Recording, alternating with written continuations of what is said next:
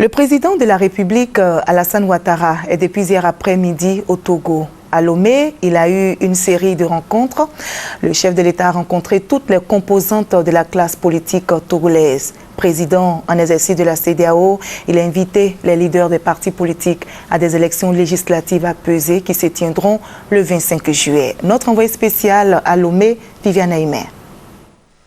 Si au Togo, pouvoir et opposition sont d'accord sur la tenue des élections législatives le 25 juillet prochain, le risque était grand que les résultats de ces élections débouchent sur de graves querelles fratricides, d'où l'importance et l'urgence de la médiation conduite par le président en exercice de la CEDEAO, le président de la République Alassane Ouattara.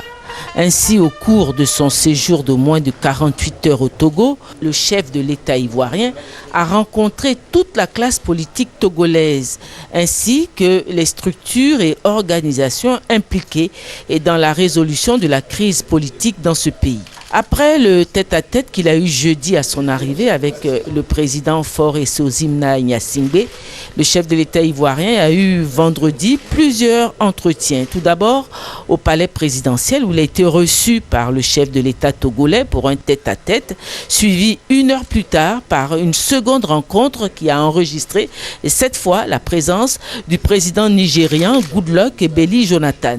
Le président en exercice de la CEDEAO a aussi rencontré les structures et organisations qui ont joué un rôle de médiation au Togo, l'Union européenne, les États-Unis, l'Allemagne, représentés par leurs différents ambassadeurs, le PNUD, la commission de la CEDEAO, l'évêque d'Atakwame, Monseigneur Nicomed Bariga, président de la commission Vérité, Justice, Réconciliation de 2009 à 2011. Les rencontres se sont poursuivies tout l'après-midi jusqu'en début de soirée avec l'opposition togolaise.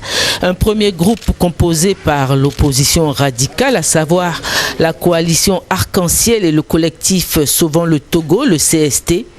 Un second groupe composé par l'opposition modérée, l'UFC de Gilles Chryss-Olympio, conduit par son leader charismatique, et un troisième groupe composé par la mouvance présidentielle UNIR. Toutes ces rencontres se sont déroulées à huis clos.